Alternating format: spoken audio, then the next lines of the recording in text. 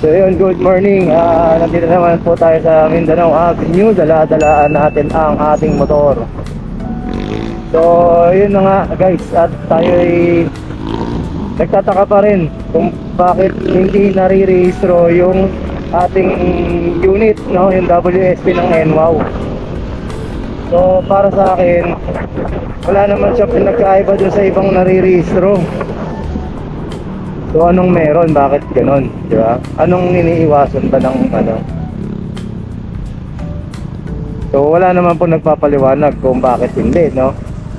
Ngayon, pagka pinuntahan natin yung NWOW na head office na yan at hiningan natin ng panayam, no? Eh malamang sasabihin ng yan, eh hindi po nare-rehistro, sabi po ng LTO eh. So si LTO ang tanungin ninyo, di ba? So papasa tayong ganon. So, dapat sila din na magpaliwanag. Dapat alam nila yon dahil pinaliwanag sa kanila ng LTO, di ba? Bakit nga ba? Bakit nga ba hindi siya nare-rehistro? Dapat paliwanag ng LTO yan sa kanila. Then bilang customer, eh sila dapat ang ano, magpaliwanag sa mga bumili po, no, mga client po nila. So yun, nakakapagtaka lang po kasi.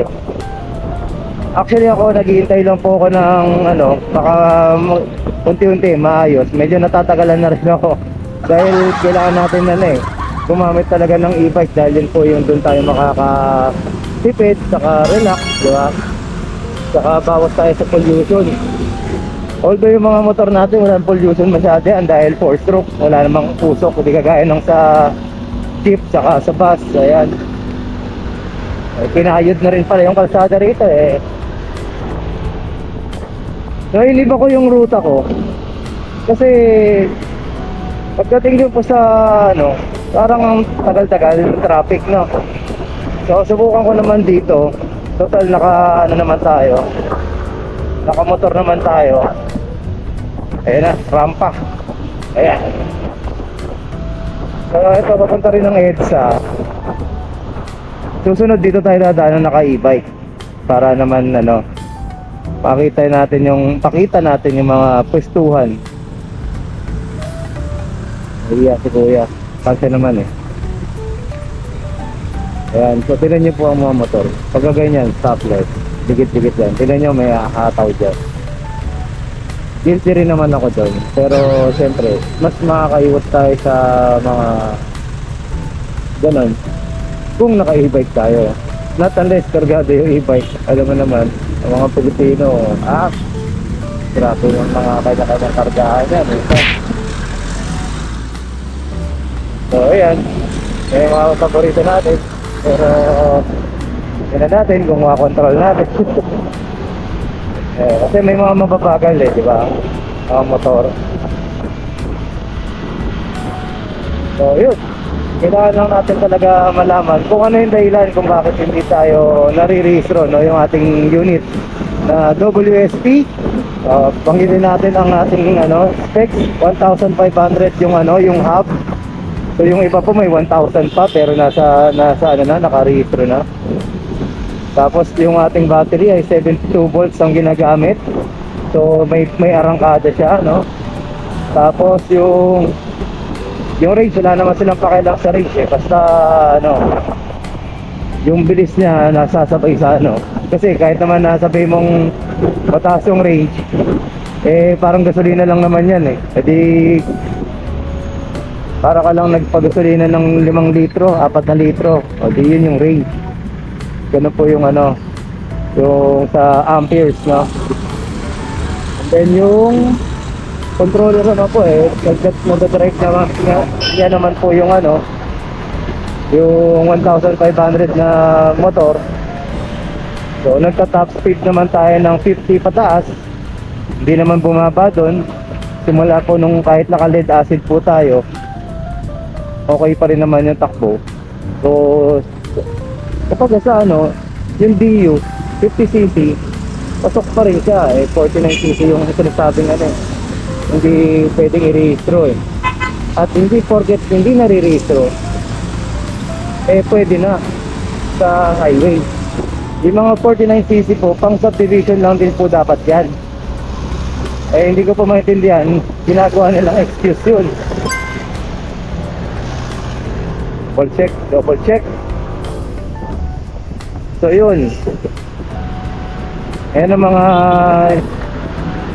tinitingnan nating angulo, no? Ay mga tao po kasi sinasamantala eh.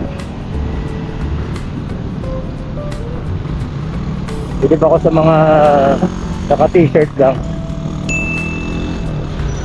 hindi nagja-jacket.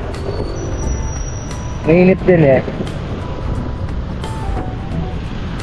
Ayan, ito na po Muñoz sa U-turn tayo.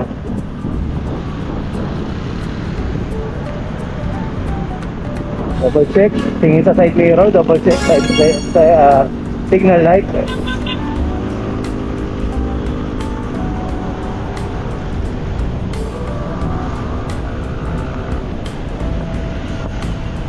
Ayan, may U-turn na dito, signal light ulit. 2 lanes naman po, pwedeng mag U-turn.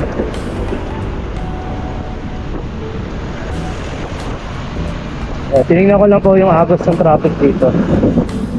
So papunta pa rin po tayo dun sa may bandang Kamuning. Pagkaliko natin, ano na natin at mahaba na. Nakatikit si Kuya, parang ano. So, kaya, parang close kami. At silang pala.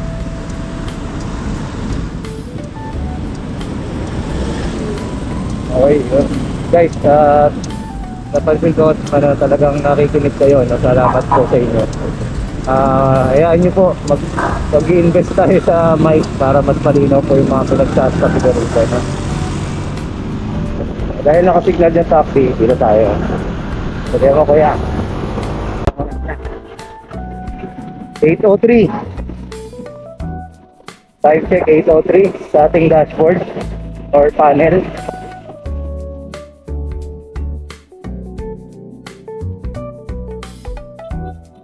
So dito dire-diretso na. So ayun lang. At maraming salamat po. At maraming salamat po, no. Tuloy-tuloy na po natin. Pagka hindi po